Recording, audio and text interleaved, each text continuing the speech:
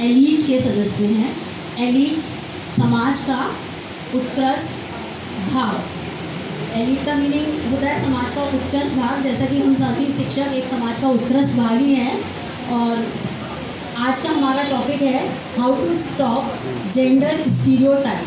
तो gender stereotype को stop कैसे किया जाए, उसके लिए हमने ये पॉइंट्स बनाए हैं। चलिए,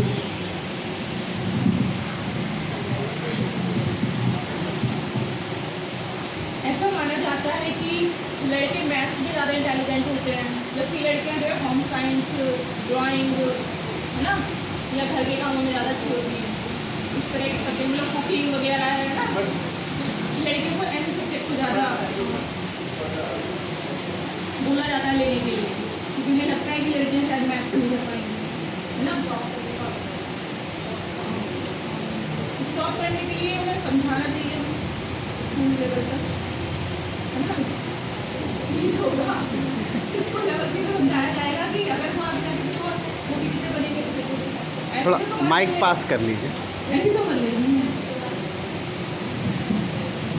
जैसा कि आज हम लोग सुबह से इसी डिस्कशन में है कि इस परंपरा को कैसे तोड़ा जाए। ये एक ऐसी रूढ़िवादी परंपरा हम लोगों के बीच है जिसे हम लाख कोशिश करने के बावजूद भी आसानी से नहीं तोड़ सकते। एक्चुअली अगर सही लफ्ज़ों में कहा जाए तो ये चीज़ हमारे ब्लड में ऑब्जर्व हो चुकी है। जैसा कि सुबह सर ने भी काफ़ी एग्जाम्पल्स दिए, मैम ने भी दिए। हम लोग चाहते हुए भी इस चीज़ को इतना इजीली नहीं तोड़ सकते। सपोज जैसे अभी सर ने सुबह एक एग्जाम्पल दिया था कि मेरी पत्नी ही मेरी टांगे क्यों दबाए, मैं क्यों नहीं दबा सकता। क्या सर अपनी फुल फैमिली के सामने अपनी पत्नी की टांगे दबा सकते हैं? नहीं दबा सकते। लेकिन अगर सर की तबीयत खराब है तो अपने इन-लॉज के सामने इनकी पत्नी इनका सर भी दबा सकती है, इनके पैर भी दबा सकती है, और मुमकिन हुआ तो गलत भी दबा सकती है। बस अभी हम जिस समाज का हिस्सा है हमें उसको फॉलो करना है, और फॉलो करने के साथ साथ इस चीज़ को ख़त्म करने की कोशिश भी करनी है। क्योंकि अगर हम एकदम समाज से कट जाएंगे तो आज का समाज वो है कि हमें ही समाज से काट देगा। धीरे धीरे पहले हम अपने परिवार से इस चीज़ को शुरू करेंगे। मे भी पॉसिबल के घर में क्या होता है कि मेरा भी एक बेटा है एक बेटी है, दोनों में मैं अपनी तरफ से कोई फ़र्क नहीं करती। जैसा उसे खिलाती हूँ वैसा ही उसे खिलाती हूँ, लेकिन फिर भी कभी ना कभी रहता है बेटे 2 मिनट रुक जा, तेरे भाई को दे दे। होता है, ये है। आप लोग बताइए फैक्ट है या नहीं है? कोई माँ अपने बच्चों में फ़र्क नहीं करती, लेकिन फिर भी हल्का सा कहीं ना कहीं हम लोगों में आ जाता है। क्यों? क्योंकि ये समाज का वो अंग है जो हमारे ब्लड में ऑब्जर्व हो चुका है, और इसे निकालने में हमें अपने आप को प्यूरिफाई करना पड़ेगा, हमें डायलिसिस करानी पड़ेगी। बस सर इतना ही बोलना चाहूँ। जेंडर स्टीरियोटाइप में अगला पॉइंट है श्रम विभाजन। श्रम विभाजन को लेकर के हम लड़के लड़कियों में ये भेदभाव करते हैं कि लड़कियां जो है झाड़ू पोछा लगाएंगी, घर के काम काज करेंगी, और लड़के आप इस साइड खड़े हो, अपना ऐसे इस साइड खड़े हो जाइए, आप कैप्चर हो। तो इसके लिए नहीं, हमें ये करना है कि दोनों से ही समान कार्य करवाने हैं। इसमें इस तरह का कोई भेदभाव नहीं करता है। जैसे मैं अपने विद्यालय की बात बता रहा हूँ कि हमारे विद्यालय में जब क्लास गंदी हो जाती है तो लड़के लड़कियां दोनों मिलकर के सफाई करते हैं, और हम लड़कों से ही क्या कहते हैं स्कूल की सफाई कराते हैं। लड़के स्वयं ही झाड़ू लेकर के अपनी क्लास साफ कर लेते हैं। तो इस तरीके से ये इस भेदभाव को हम खत्म करने की कोशिश कर रहे हैं।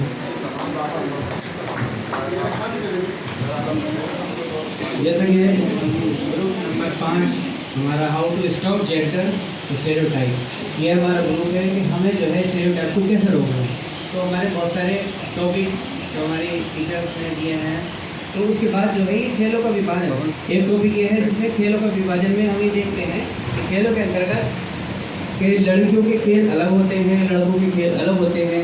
लड़कियों के ज़्यादातर इंडोर गेम होते हैं और लड़कों के ज़्यादातर आउटडोर गेम होते हैं, जैसे क्रिकेट है, फुटबॉल है, लड़कियों के लूडो है, कैरम बोर्ड है, या और भी दीगर जैसे घर के जो गेम होते हैं। अब मतलब इसको ख़त्म करने के लिए सबसे पहले जो है शुरुआत घर से ही करनी चाहिए। अगर घर से शुरुआत नहीं होगी तो ये चीज़ कभी ख़त्म नहीं होगी। हमें तो चाहे थोड़ा थोड़ा करके करना चाहिए, लेकिन करनी चाहिए शुरुआत, ठीक है। उसके बाद जो है लड़कियों में जो है हमारा दूसरा टॉपिक यह है लड़कियों में असुरक्षा क्या भाव, ठीक है।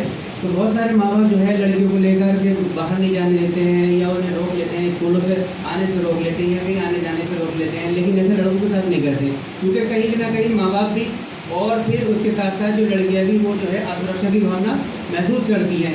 तो हमें ये भी मिथ्या, ये भी जो है काम नहीं करना चाहिए, ताकि क्योंकि बच्चों को ऐसा होता है, बच्चा जब छोटा होता है तो उसके दिल में कोई डर नहीं होता। क्या जैसे जैसे वो बड़ा होता जाता है उसके दिल में जो है डर पैदा किया जाता है कि ये चीज़ गलत है, ये चीज़ नहीं है, ये सही है, ये इस तरीके से। तो हमें उस चीज़ को भी ख़त्म करना चाहिए। और मैडम मैं आप चलिए तो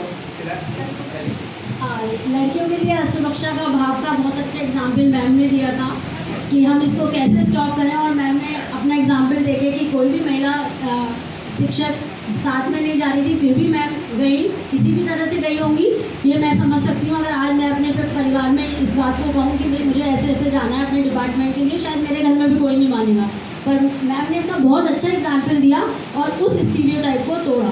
तो हमारा टॉपिक भी इसी चीज़ को कवर कर रहा है, how to stop gender stereotypes. बहुत सारी चीज़ें, व्यवसाय का चुनाव, ये सारा हम कुछ सुबह से सब कुछ डिस्कस कर चुके हैं। और बाकी कैसे स्टॉप कर सकते हैं, हम लोग सभी शिक्षक हैं और सभी अपने विद्यालय में अपने अपने स्तर से प्रयास कर रहे हैं। पर इसका जो कंक्लूजन है, एक मेन चीज़ जो हमारी लाइफ स्किल का भी पार्ट है, सेल्फ अवेयरनेस। सेल्फ अवेयरनेस जो कि हमारे अंदर तो होनी ही चाहिए, मतलब हर किसी इंसान के अंदर होनी चाहिए। उस भावना का विकास हमें बच्चों के अंदर करना है। मान लीजिए किसी ने किसी बच्चे ने कहा ये काला है, ये गोरा है, पर उस काला या गोरा कहने का असर उस पर क्यों हुआ? क्योंकि उसके अंदर वो लाइफ स्किल डेवलप नहीं है, एक सेल्फ अवेयरनेस वाली। हमें उस समय उसको ना डांट के कि तूने क्यों कहा इसको काला या गोरा, उसको कहना है बेटा तुझे फील ही क्यों हुआ ये चीज़, तुझे तो ऊपर वाले ने जैसा बनाया तो वैसा है। तो मेन चीज़ जो कंक्लूजन इस चीज़ का निकल के आता है कि सेल्फ अवेयरनेस को हमें बच्चों के अंदर और अपने अंदर भी, कई बार हम लोग भी अपनी फीलिंग और इमोशन को कंट्रोल नहीं कर पाते, उस चीज़ को हमें कंट्रोल करना है और बच्चों को ये सिखाना है कि how to control your emotions, your feelings, your anger at a certain time. That's all.